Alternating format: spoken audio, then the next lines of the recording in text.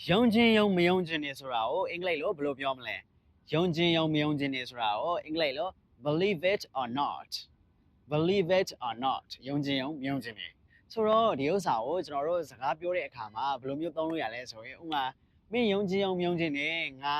နေတိုင်းမိနစ်4နာရီဆိုအိပ်ရထားတယ်အဲ့ဒါဆိုလို့ရှိရင် believe it or not I get up at 4 a.m. every day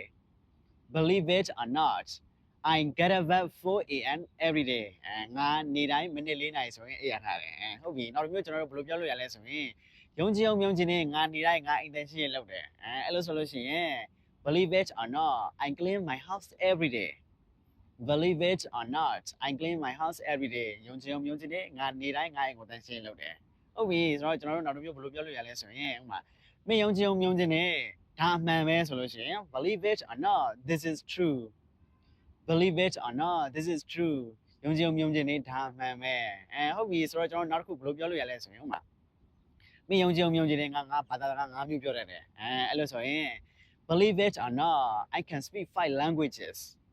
believe it or not I can speak 5 languages မင်းယုံချင်းနေငါဘာသာစကား5မျိုးတော့ပြောတတ်တယ်ဆိုတော့ကျွန်တော်တို့ကတခြားတယောက်ကိုတခုခုကိုယုံချင်းနေလို့ပြောချင်ရင်ကျွန်တော်တို့က believe it or not ဆိုတဲ့ဟာလေးကိုသုံးပြီးတော့ကျွန်တော်တို့ပြောလို့ရတယ်